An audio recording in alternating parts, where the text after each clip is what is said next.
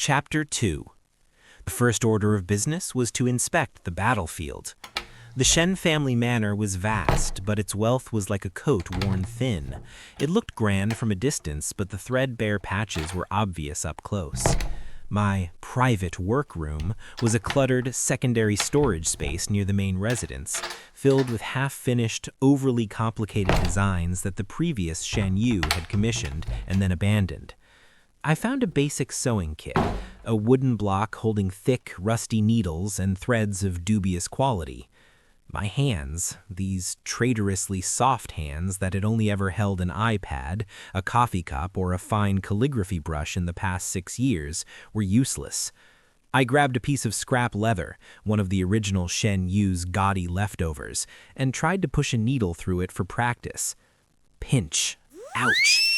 The needle slipped, leaving a half-moon-shaped abrasion on my thumb. Unacceptable, I muttered, sucking on the microscopic wound. Ying, the protagonist of the original novel, struggled with stamina during a jog. I was struggling with the prerequisite for my own damn profession. I tied a scrap of cotton tightly around the sore thumb.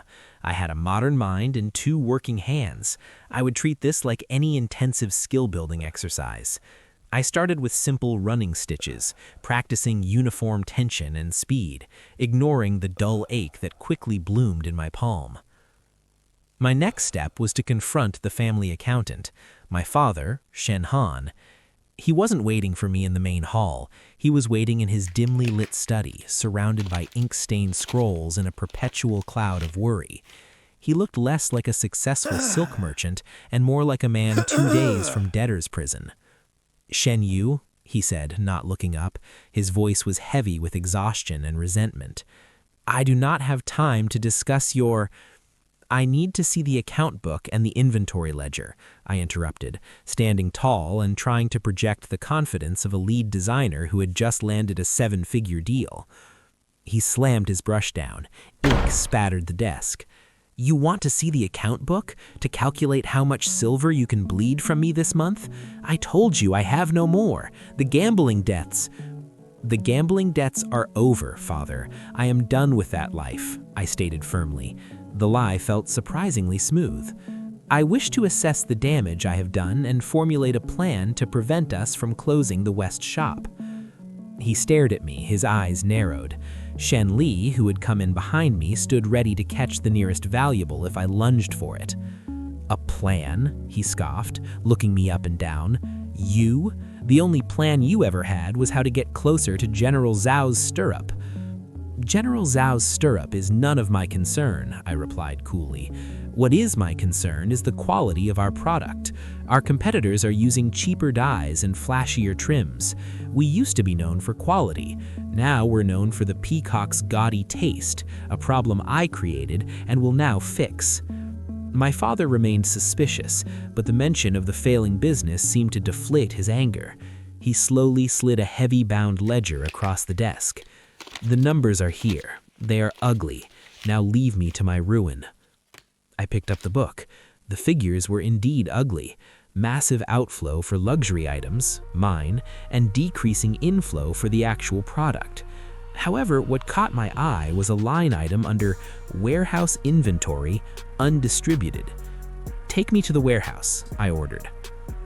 The main retail warehouse was stacked high with blindingly colorful, heavily embroidered bolts of silk, the kind of expensive, flashy fabric the original Shen Yu had always favored, and the kind that was now sitting unsold due to the trend shift towards practicality. But I bypassed it, walking straight to the back, where the air was dusty and cool. "This is the secondary storage," Shen Li whispered, carrying a lantern behind me. "We keep the fabrics that aren't selling here, the raw goods." "Not selling or not fashionable," I mused, running my hand over a rough-spun bolt of undyed hemp. Then I saw them, stacked in a dark corner labeled simply as MISC Utility, were several high-quality, perfectly preserved bolts of fabric that were considered dead stock. There was a heavy, tightly woven navy wool, a bolt of pristine, creamy white linen, even a small stack of deep indigo cotton that, with the right wash, would look like modern denim. They were plain, unassuming, and utterly rejected by the old Shen Yu for being too peasant. To Julian, the designer, this was a gold mine. This wasn't dead stock, this was a foundation. Perfect, I breathed, excitement replacing the perpetual anxiety. This was my equivalent of Ying finding simple, high-quality seasonal ingredients that no one else valued. "What is perfect?" Shen Li asked, wrinkling her nose at the dark wool.